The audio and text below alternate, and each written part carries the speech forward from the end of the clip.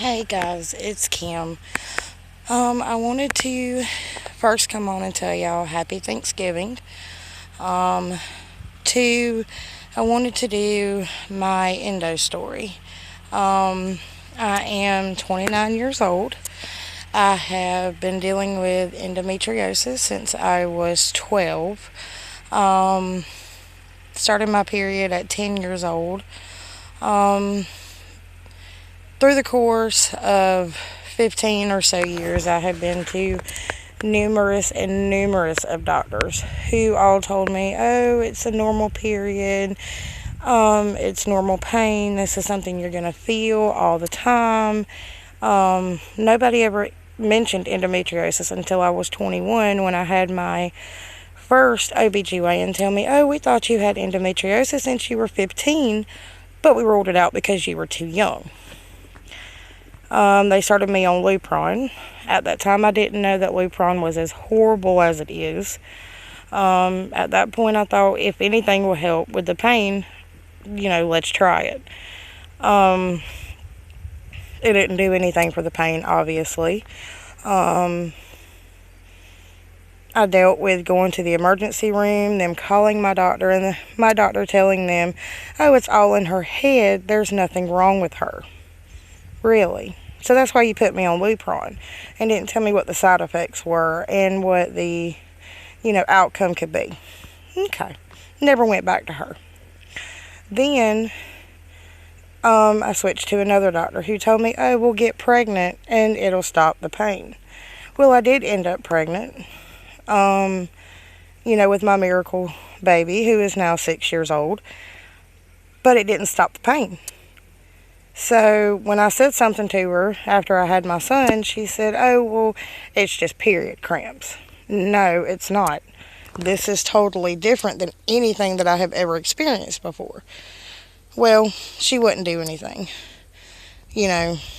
I've probably had hundreds of ER visits, and I know that sounds really bad, but when you're hurting so bad, you have to do something. Well, last year, I finally got in with the amazing Dr. Cinervo in Atlanta, Georgia. I'm a resident of Georgia, and luckily I was able to go see him. They got me in for surgery of October of last year. Come to find out, and he's the only doctor who would do surgery on me. Come to find out, I had stage 2 endometriosis. My left ovary was stuck to my abdominal wall. It took them over an hour just to get everything somewhat back to normal. My left ovary had to be removed because it was so diseased they couldn't save it. And then, for a while it helped, but the doctor told me that he suspected adenomyosis and that, later on down the road I'd have to have a hysterectomy, probably. Well, the pain started coming back, and it was more in the front of my stomach where my uterus was. In July of this year, I had a full hysterectomy. I had my right ovary, and that's it. He removed my fallopian tube because he said it carried a risk of cancer, for fallopian cancer, and I said, okay, remove it. I don't need it. I had to deal with the physical, emotions of not being able to have children anymore. But I knew that I had to do something to be able to have a semi-normal life without hurting all the time. So I had my hysterectomy. It's not something I wanted to do, but I knew that I had to be, not in pain all the time for my child I do have and my husband.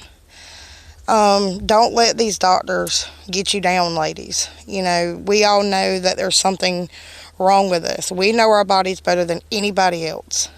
We know when something is not right. You have to be your own advocate, and I had to learn that very early.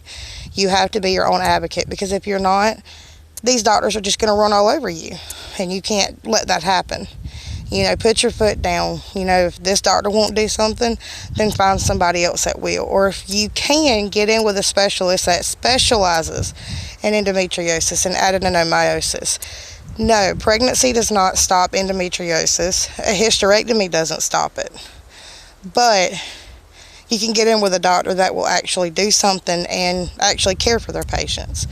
You know, us endo sisters, as we call ourselves, are not drug seekers. And that's what I hate about, our medical system. They want to label somebody that has something wrong with them as a drug seeker, but they don't want to figure out what's wrong to stop the problem. People can go into the emergency room all the time for the smallest thing, and they get help, but people that go in like us, we get looked at as we're drug seekers, or, it's all in our head, or we're making it up. So don't let these doctors get you down, ladies. I'm always here if you ever want to ask questions. Send me an email or Facebook message. I'm always online. If I'm not, I will get to it as soon as I get back online. But don't let these doctors get you down, ladies. It's not all in your head, and there can be something done about it. And I hope we can find a cure. Bye. Love y'all.